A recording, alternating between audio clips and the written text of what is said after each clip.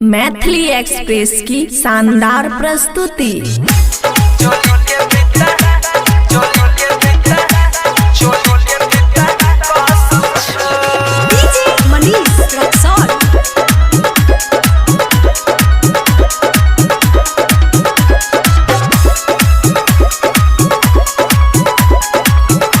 खुशी recording studio बलुआहा।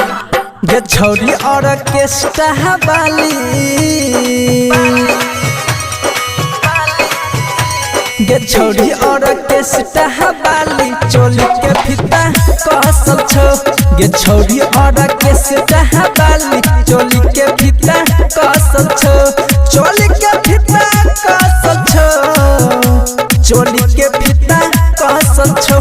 लागो भितरी में दूनु चपाइल चोली के फीता कसल छो। गे छौरी ऑर्केस्ट्रा वाली चोली के फीता कसल छो।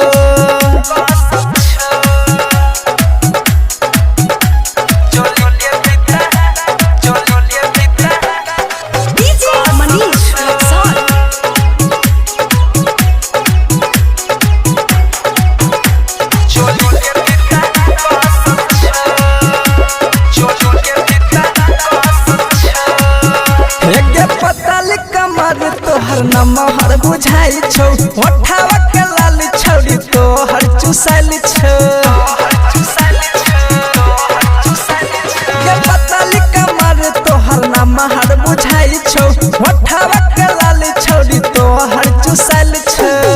तोहर ढोहरी लागै छौ गे कटोरी। तोहर ढोहरी लागै छौ गे कटोरी। चोली के फीता कसल छो। गे छौरी ऑर्केस्ट्रा वाली चोली के फीता कसल छो।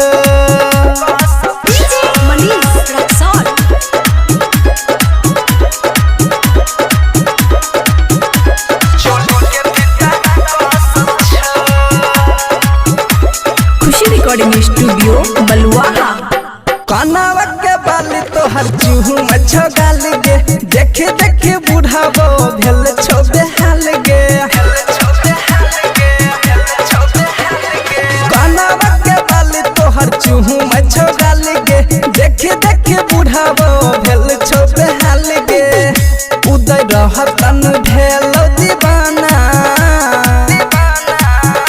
उदय रहतन भेल दीवाना। चोली के फीता कसल छो। गे छौरी ऑर्केस्ट्रा वाली चोली के फीता कसल छो।